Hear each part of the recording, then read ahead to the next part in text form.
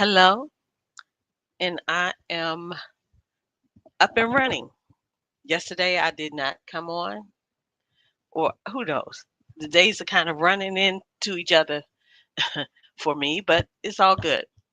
So today, the question is, was it horrible that these 8 Dems in the Senate became part of the 60 to vote for the bill to move forward? What is going to come out of it? Was there any strategy in this? Is there anything beneficial? Okay, so what actually was passed? Okay, so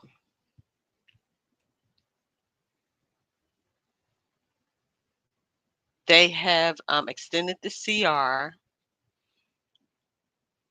to January 30th, 2026.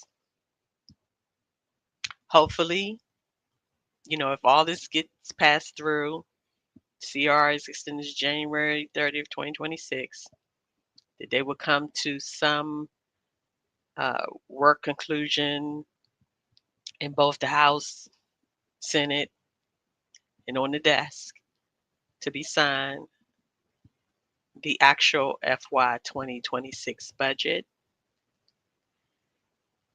But okay, I'm moving forward beyond where we are right now.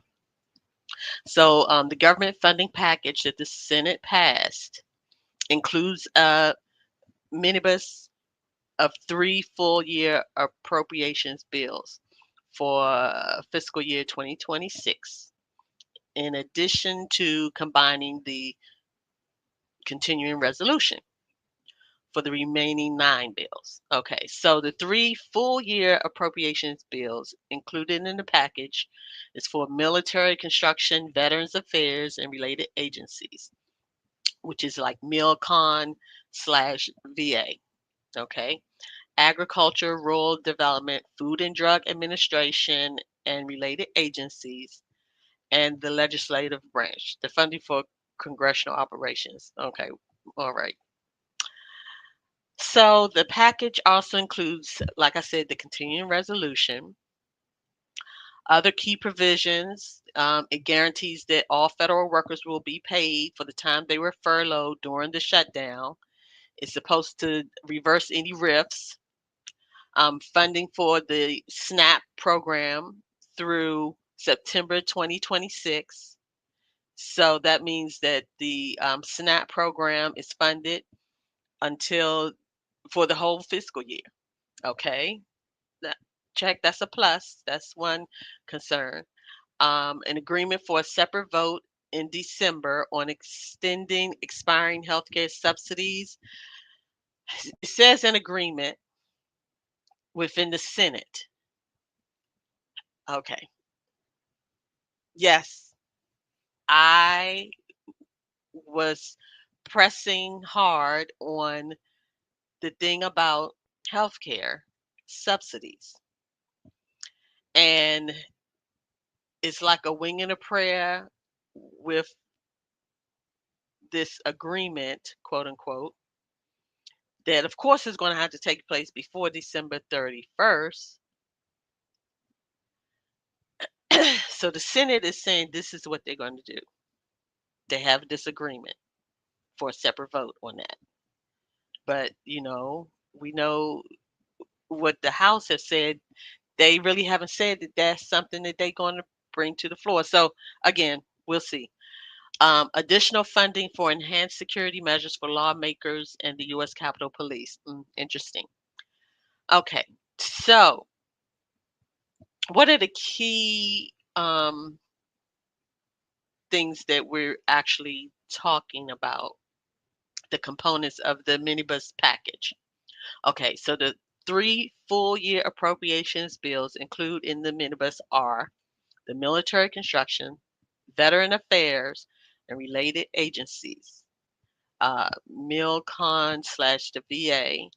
I believe the DOD is a part of this, but let's continue. So, okay, let me go. Okay. So, again, the components are the military construction, VA, related agencies, agriculture, rural development, food and drug administration, and related agencies, and the legislative branch. So, the Veterans Health, it provides significant funding for veterans' medical care, included a substantial increase to the Toxic Exposures Fund that supports veterans affected by burn pits. Check. Food assistance fully funds the SNAP, ensuring benefits for millions of women and children without wait lists. So that's fully funded for the fiscal year of 2026. Infrastructure includes funding for water and conservation programs, environmental cleanups for forever chemicals, PFAS, and energy resilience programs within the military. Now, let me just go back to SNAP because that was my issue where that should have never been included, but this protects that, um, which is being fully funded. Okay. Then the federal workers, again, it guarantees back pay for all federal workers affected by the government shutdown, and which actually reverses the Trump administration's efforts to lay off employees through reduction in force, which is RIFs notices. Okay. Security provides additional funding for the U.S. Capitol Police and enhanced security measures for lawmakers. And the healthcare agreement. This is still was sticking. Uh, okay, includes an agreement for a separate future vote, likely in December, on extending expiring Affordable Care Act premium tax credits, which was a key demand for the Democrats. Okay, so we do know that Chuck Schumer, he voted no. But the 8 that did vote, they are not up for reelection in 2028. Oh, I mean, in 2026. They're not up for reelection next year, which means they will still be in the Senate unless something else happens. You know, they leave or for whatever reason. But they will still be in the Senate after 2026 elections. But what this also did was was the House now has to come back into session. And coming back into session, they have to actually now swear in the Arizona congresswoman who Johnson has been putting on the shelf, on the back burner since September the 23rd. What does this mean? Because even if she is considered the 218th signature to bring forth the vote to release the Epstein files, there's whispers that other Republicans who initially was not going to be signing that may consider signing it after Tuesday's blue wave. Now you're saying, but okay, it seemed like the Democrats caved in the Senate. So doesn't that seem like the Republicans may think they have a win? I want you to sit in and review everything that I stated that's in this Senate bill. Everything that I stated in the Senate bill. And yes, we definitely know that the Repubs are famous for saying, we will do this later. We will agree to this later. And somehow it never manifests. Now, if it doesn't manifest, once everybody calm down and really look at what just passed, and if the agreement And we're saying, oh my God, y'all know Dems, you went through this, you done this before, you caved in, you signed off and they didn't do blah blah. Okay, we know all of that. But I believe that if we start focusing on and pushing out, we have another agreement that they said that they are going to vote, bring this to a vote before it expires. If we stop pushing that as what they said and it doesn't happen, I feel that's another nail, okay, in their coffin. That's another nail. But we have to change the message right now because now it's, oh, they caved, they caved, they caved. Now, a lot of these things in this bill are very beneficial to the American people. Again, I understand about the healthcare because that was my thing. That was my thing. SNAP should have never been on the table, but definitely this healthcare subsidy that can expire in December, that was a stickler situation for me. But again, if we start to change our messaging and say, okay, so that the SNAP people won't be in this situation again where they don't know if they're going to get their money, that's off the table. Okay. So we won't have that situation. That was huge. That was huge. So in this bill, and that will not be an issue. It's funded through FY 2026, September FY 2026.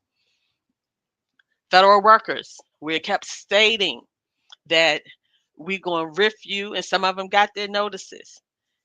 Federal workers, they even said that some are not going to get back pay. That is in this bill to protect that.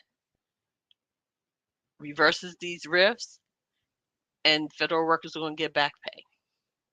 I'm trying to pull out the positive in this, okay? Yes, I keep going back to yes, the health care agreement. It's in writing. Again, I don't know. Maybe this time, because of the blue wave, the Repubs may feel that they have to come to the table about this and not let it lapse or go away. Again, we got to keep in prayer about that. I believe, I just been believing a lot and I'm trying to stay positive, folks. Because yes, I am a furloughed worker. And yes, it's been hard and difficult. And I said, stand down, stand on business, Dems. Okay. And I still say that. But what has happened has happened. And now I'm thinking that there's some underlying strategy here. I'm trying to hold off on what I'm feeling, the wholeness or the fullness of what I'm feeling and what I'm discerning. I'm trying to hold off on sharing that until as I see things play out. But the 8 that signed off will still be in the Senate unless something, God forbid, happen after the 2026 elections. That was a strategic move, but also doing that vote brought the House back in session. See, I'm seeing a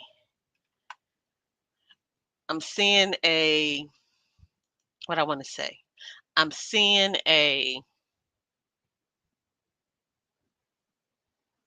a drum roll or a building block of a situation. We're getting the House back.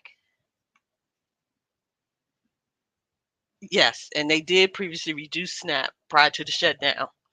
And it's going to be based on FY 2026 money. I mean, 2026 for SNAP. Hi, the only male cruise.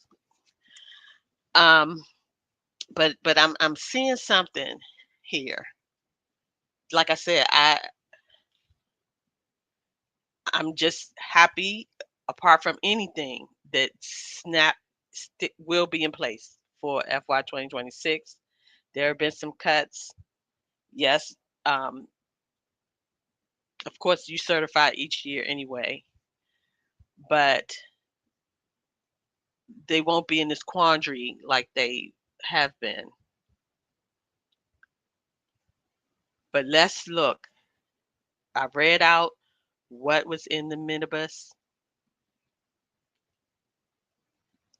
Still, the big thing again is that healthcare, and I know I'm still with you on that. But with the agreement, we'll see. We'll see. We'll see. But I just want to say this brought the House back. There's other things that's been leaking out in regards to these files. And yes, if it gets pushed through, we already know that they have redacted a lot of the files. Remember, Cash Patel and Bondi and them, they had over like 1,000 FBI agents actually tolling over all these files to redact the name that I won't speak, but I'll say the White House um, renovator. That's what I'll say. The man that's renovating the White House to become a golden palace. They redacted that name. 1,000 FBI agents used those hours instead of investigating crimes. They were redacting documents. So some things may be a little altered, but believe me when I say those are not the only copies. So just know that.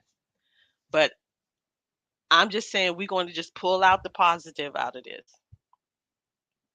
Yes, my heart did leap when I said, oh my goodness, they done signed off. But I read what they signed off on.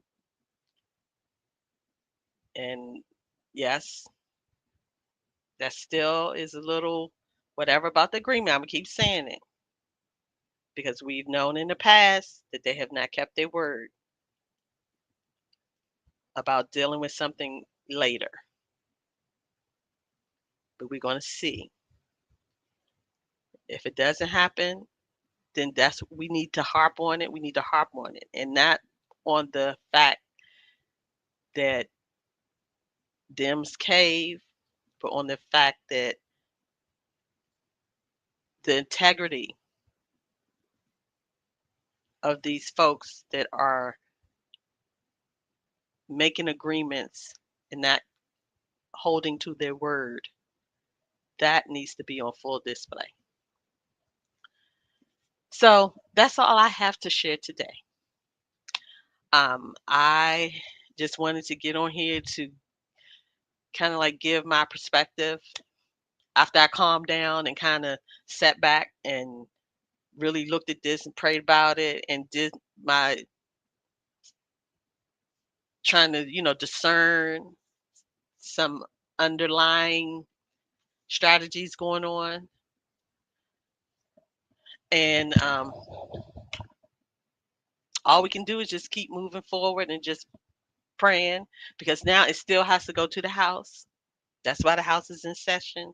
They're supposed to be in session tomorrow at 2 p.m., giving everybody enough time to fly in from their prospective states. Most of the Dems were already here. So after they do their vote, then if it passes, then it's going to the desk to be signed.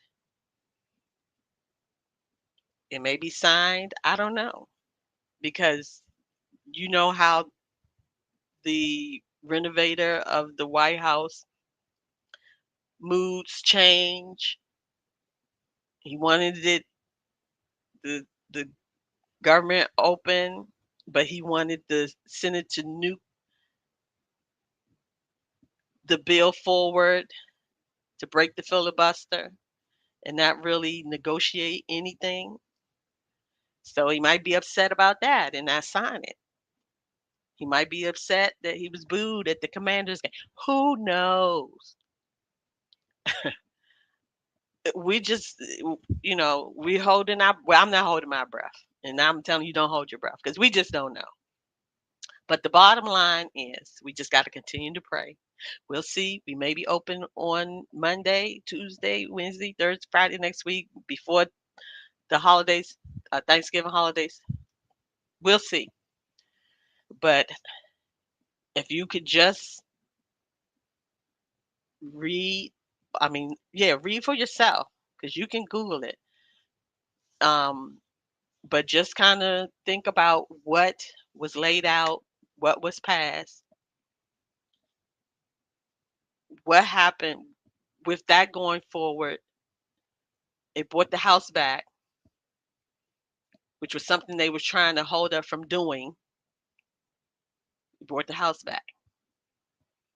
Where now the Arizona Congresswoman will be sworn in. She's the 218th signature, but it may be a few more Republicans joining in, which will almost guarantee that it has to go to the floor for a vote in the House for the files to be released. So we're just going to see how this goes. And I say again,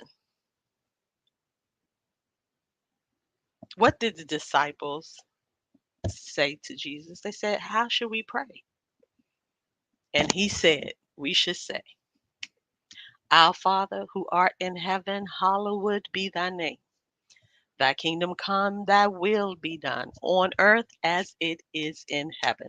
Give us this day our daily bread, and forgive us our trespasses as we forgive those who trespass against us. Lead us not into temptation, but deliver us from evil. For thine is the kingdom, the power, and the glory forever and ever and ever. We say amen. So have a great rest of the day, and let's just keep on keeping on and keeping the faith, keeping hope alive, and just believe that all things will work together for the good. Have a good evening.